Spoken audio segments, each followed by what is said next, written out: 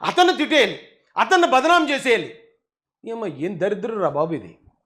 ఆ రోజున రజనీకాంత్ గారి గురించి ఏం మాట్లాడండి?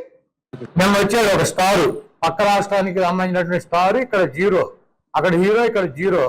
ఆ జీరో వచ్చి ఇక్కడ చెప్తాడు చంద్రబాబు నాయుడు పరిపాలన బాగుంటుంది, వీడి విధన బాగుంటుంది, వీడి పిండ కూడా బాగుంటుంది అని చెప్పి. అతను కూడా రామగారు బతికుండగా చంద్రబాబు నాయుడుకి వైస్రాయ్ హోటల్కి వచ్చి మద్దతు తెలిపినటువంటి నీచమైనటువంటి వ్యక్తుల్లో రజనీకాంత్ కూడా. ఈ రజనీకాంత్ శాల్వాలు కప్పించుకోవడానికి ఇక్కడికి వచ్చి ఆ కరకట్టం మీద అక్రమంగా ఉన్నటువంటి ఆ పంపలో చేరి అక్కడ ఆడి పెట్టినటువంటి తిండి తిని ఇక్కడికి వచ్చి. ఏమంటే రజనీకాంత్ గారిని ఆయన లైఫ్లో ఎవడు అలా మాట్లాడి ఉండడండి. అందరూ రెస్పెక్ట్ చేస్తారు ఆయన్ని. ఆంధ్రాలోనే కాదు, తమిళనాడులోనే కాదు, భారతదేశ వ్యాప్తంగా రజనీకాంత్ గారిని రెస్పెక్ట్ చేస్తారు. ఈవెన్ ఆయన ఎవరో షారుఖ్ ఖాన్ లాంటి కింగ్ ఖాన్ కూడా బాలీవుడ్ని షేక్ చేస్తాడు ఆయన. అలాంటి వ్యక్తులు కూడా రెస్పెక్ట్ చేస్తారు ఈయన్ని. మొన్న ఈడేమన్నాడు, పక్క రాష్ట్రం హీరో ఇక్కడ జీరో అన్నాడు. మరి మొన్న జగన్మోహన్ రెడ్డి గారు పక్క రాష్ట్రం అక్కడికి వెళ్ళాడు ఈయన. ఏమంటే ఇక్కడేమో రజనీకాంత్ గారు చంద్రబాబు నాయుడు గారి దగ్గరికి వచ్చారు, కానీ అక్కడేమో జగన్మోహన్ రెడ్డి విజయ్ గారి దగ్గరికి, సూర్య గారి దగ్గరికి, కార్తీ గారి దగ్గరికి వెళ్ళి అక్కడ ఫోటోలు దిగి అదేదో పెద్ద గొప్ప అని చెప్పి ప్రచారం చేసుకున్న దరిద్రులేళ్ళు. నేను ఆ విజయ్ గారినో లేకపోతే సూర్య గారిని, కార్తీ గారిని నేనేం తిట్టట్లే. జగన్ గారితో ఫోటోలు దిగినంత మాత్రాన వాళ్ళని మేమేం విమర్శించాం. వాళ్ళు మంచోళ్ళే, వాళ్ళని మంచిగానే చెప్పుకుంటాం మేము, అంతే తప్ప జగన్ గారు మా ప్రత్యర్థి కాబట్టి ఆయనతో దిగాడంటే వాళ్ళని కూడా బ్యాట్ చేసేయాలి, వాళ్ళని కూడా తిట్టాలని తెలుగుదేశం కార్యకర్త ఎవడని ప్రయత్నించాడండి? ఎవరైనా ఒక్కడన్నా ఆ హీరోల గురించి అంత తప్పుగా మాట్లాడేవా? కానీ ఈ దరిద్రులు చూడండి, వీళ్ళ జగన్మోహన్ రెడ్డి అక్కడికి వెళ్ళి వాళ్ళతో ఫోటోలు దిగితే అది గొప్పట. అక్కడ సూపర్ స్టార్ ఇప్పుడు ఎవరైతే విజయ్ గారు కానీ లేదా సూర్య గారు, కార్తీక్ గారు, వీళ్ళ ముగ్గురు కూడా రెస్పెక్ట్ చేసే హీరో రజనీకాంత్ గారు. అలాంటి ఆయనే వచ్చి ఇక్కడ చంద్రబాబు నాయుడు గారు గొప్పతనం గురించి చెప్తే ఈ నోటుకు వచ్చినట్టు ఎలా మాట్లాడించారండి ఆ రోజున?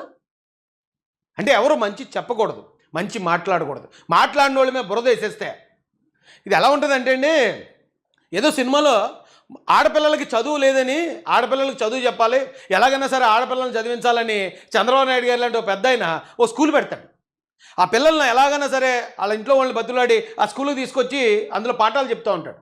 చెప్తుంటే ఈ ఆడపిల్లలు చదువుకోవడం ఇష్టం లేని కొంతమంది దరిద్రులు ఉంటారు కదా, వాళ్ళు ఆ స్కూల్కి ఆడపిల్లలు రానివ్వకుండా ఆ బయట ఉండి వాళ్ళని ఏడిపించడం, వాళ్ళ చీరలు పట్టుకొని లాగటం, లేకపోతే తాగేసి అక్కడ వాళ్ళని ర్యాగింగ్ చేయటం, ఇలాంటివి చేస్తూ ఉంటారు. వాళ్ళని ఆ స్కూల్కి రానివ్వరు.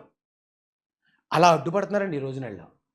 ఈ రాష్ట్రానికి ఏదైనా మంచి జరుగుతుంది అన్నప్పుడు ఆ మంచి చేయడానికి వచ్చే పార్ట్నర్స్ని వాళ్ళని బూతులు తిట్టి, వాళ్ళని రకరకాలైన ఆరోపణలు వాళ్ళ మీద చేసి, అయ్యి అబ్బాయి ఎందుకురా బాబు ఆంధ్రప్రదేశ్ వెళ్ళటం, వెళ్తాగా పలానా వాళ్ళు ఉన్నారు ఎదలు తిడతారు, అనవసరంగా మనం ఎందుకు తిట్లు తినాలి? ఆ రాష్ట్రం బాగుపడడం కోసం, ఆ రాష్ట్రాన్ని అభివృద్ధి చేయడం కోసం మనం ఎందుకు వెళ్ళాలి? మనం అనుకుంటే పక్క రాష్ట్రాలకు వెళ్ళొచ్చు కదా. మనకి రెడ్ కార్పెట్ వేస్తున్నాయి.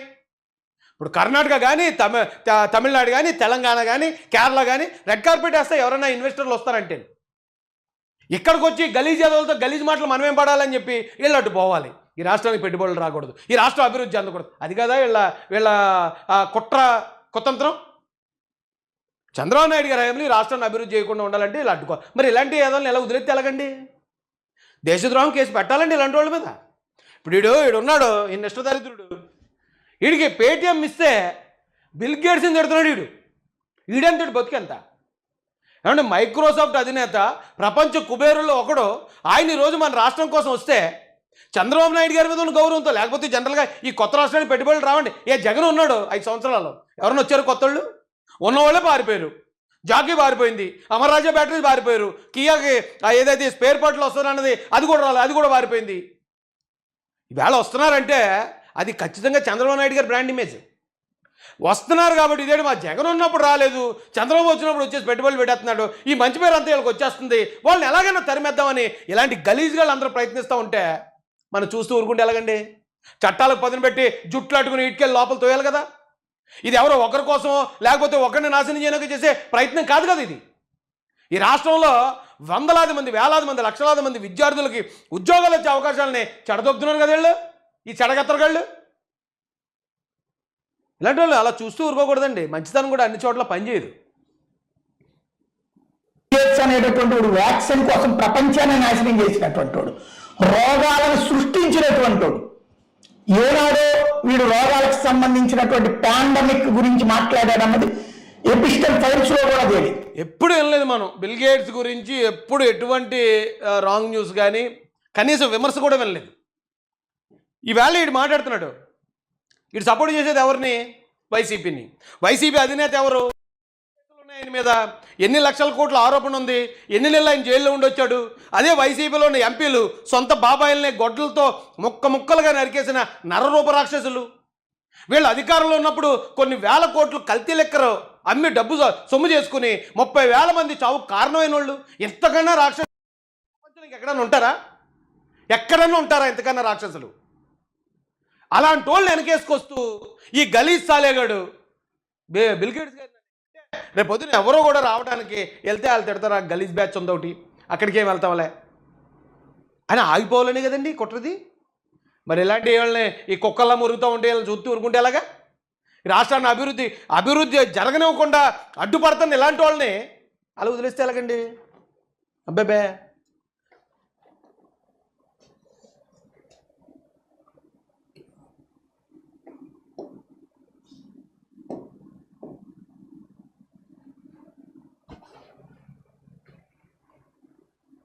ఏమంటాడండి మళ్ళీ నెక్స్ట్ దరిద్రుడు? ఏం స్టక్ అయిందా?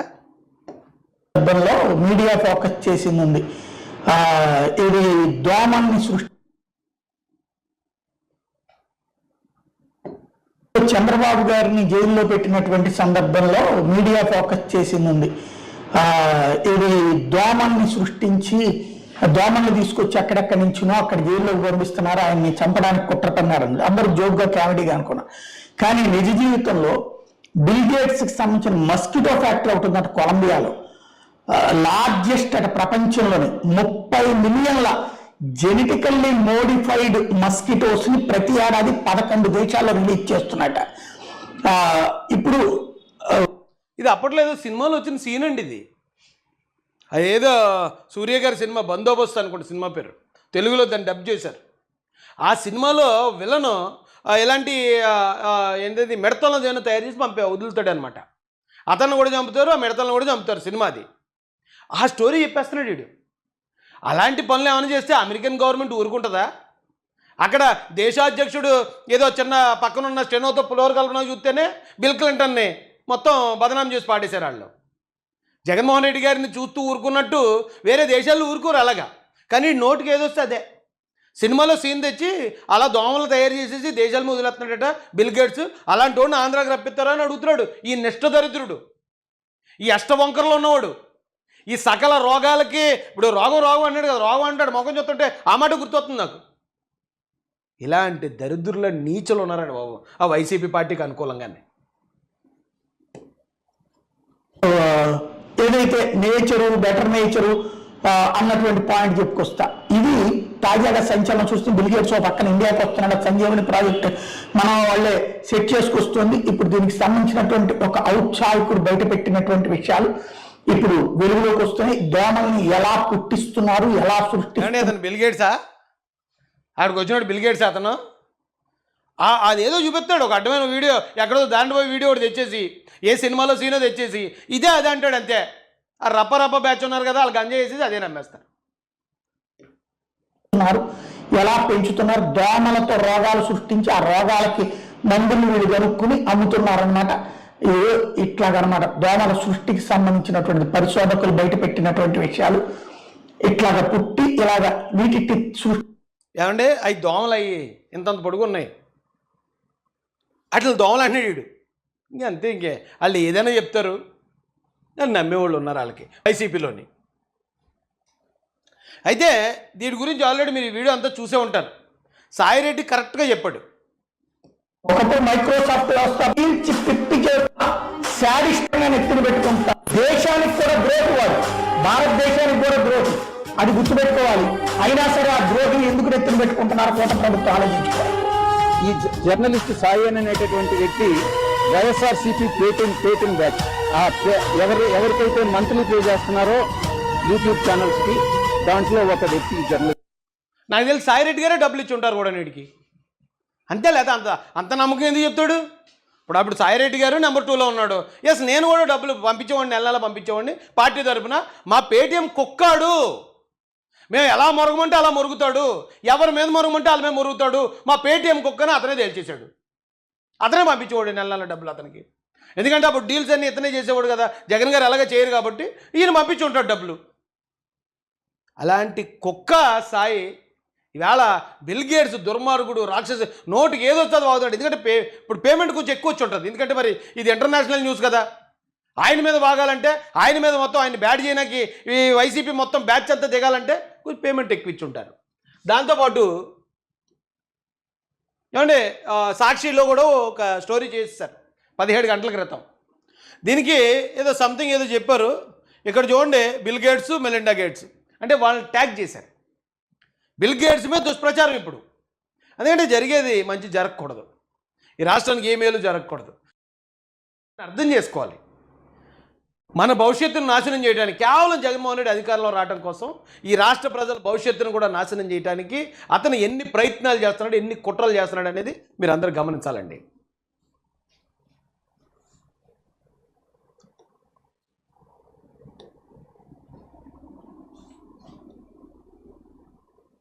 పోరాబాబు నువ్వు, నీ యాదమ్మోహం నువ్వని. ఏమండి ఇంకో మాట, ఎక్కడండి ఫేస్బుక్, అది హెరిటేజ్ గురించి మాట్లాడుతున్నారు. కొత్తగా ఒక ఇష్యూని తీసుకొచ్చారు. హెరిటేజ్లో ఏదో కల్తీ ఉందట, హెరిటేజ్లో కల్తీ జరిగిందని ఒకటి కాదండి. జనరల్గా ఈ వైసీపీ స్ట్రాటజీ ఎలా ఉంటుందంటే, ఒక తప్పుడు వార్తను క్రియేట్ చేసి ఈ తప్పుడు వార్తని వీళ్ళ పెయిడ్ ఛానల్ పేటీఎం ఛానల్స్ ఉంటాయి కదా, దానికి ఒక గ్రూప్ ఉంటుంది. ఆ వాట్సాప్ గ్రూప్లో పెట్టేసి అందరూ ఇదే మాట్లాడండి అంటారు. అందరూ ఒకేసారి ఒకే పాయింట్ ఎక్కుంటారు. పదే ఒక 100 మంది 1000 మంది వచ్చి ఒక అబద్ధాన్ని పదే చెప్పడం ద్వారా దాన్ని నిజం చేసేయచ్చు అని వీళ్ళ స్ట్రాటజీ ఎప్పటి నుంచో. ఇది 2019లో ఒకసారి సక్సెస్ అయింది, తర్వాత ఎవ్వడూ నమ్మలేదు వీళ్ళని. ఏమంటారండి హెరిటేజ్ కోసం? అనూహ్య మలుపు హెరిటేజ్ ముంగిట ఆగిందటండి. ఇవన్నీ పేటీఎం ఛానల్లే, ప్రభుత్వాన్ని ఇరికించిన హెరిటేజ్.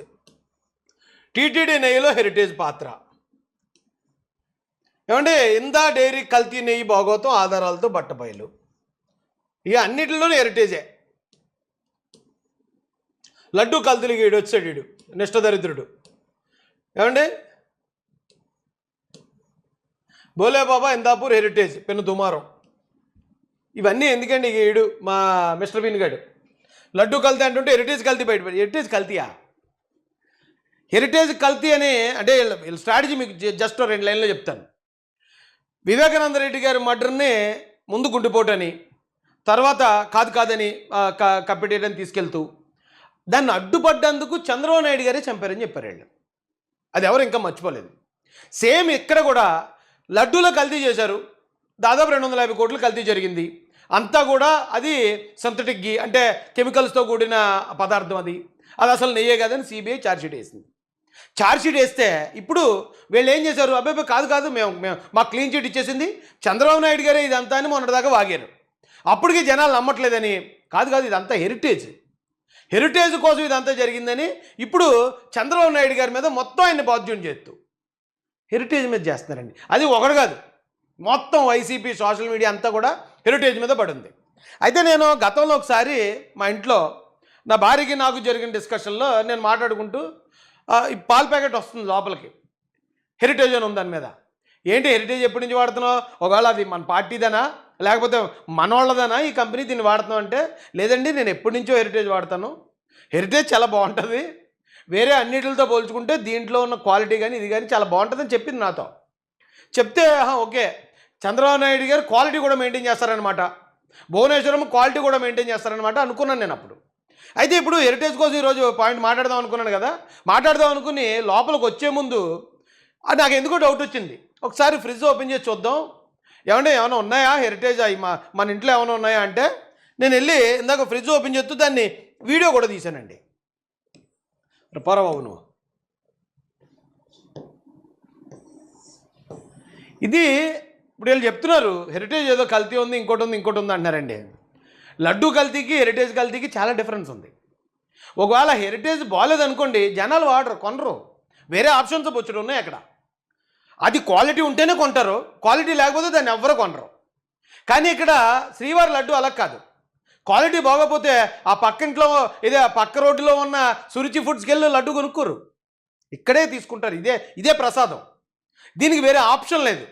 ఆప్షన్ లేని చోట కల్తీ చేసిన కల్తీ నా కొడుకులు హెరిటేజ్ వైపు దృష్టి మరల్చడానికి ట్రై చేస్తున్నారు. హెరిటేజ్ బాగుంటే ప్రజలు కొంటారు, బాగోపోతే కొనరు. అది ఒక ప్రైవేట్ కంపెనీ అది, అంతే తప్ప అక్కడ భక్తుల మనోభావాలతోనో లేకపోతే శ్రీవారి హుండీ ఆదాయాన్ని కొట్టేసే ప్రయత్నం కాదు కదా అది. అయితే నేను ఈ వీడియో తీసి చూపిస్తుంటే మా ఆవిడ కొంచెం ఫీల్ అయింది. ఏంటి మీరు ఎలా చెప్తే నేను బాగా అందంగా ఆర్గనైజ్ చేసుకుందాను నా ఫ్రిడ్జ్ని, మీరు ఎలా పడితే అలా చూపించేస్తారా అన్నదనుకోండి, అది వేరే విషయం. ఒకసారి ఇది చూడండి. ఇది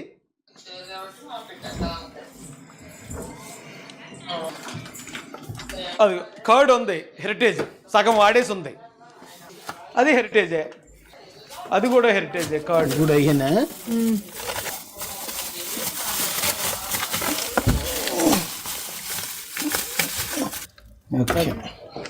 ఏమంటే ఈ హెరిటేజ్ అనే ఈ ఉత్పత్తులు ఏవైతే ఉన్నాయో, పెరుగు కానీ పాలు కానీ, నా చిన్న చిన్న పిల్లలు వాళ్ళకు కూడా పట్టిస్తాం మేము కూడా అదే వాడతాం.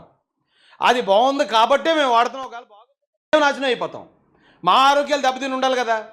దాని గురించి వైసీపీ వాళ్ళకి ఏంటరా దోలు నాకు అర్థం కాదు. మీరెవడరా మాట్లాడడానికి దాని గురించి?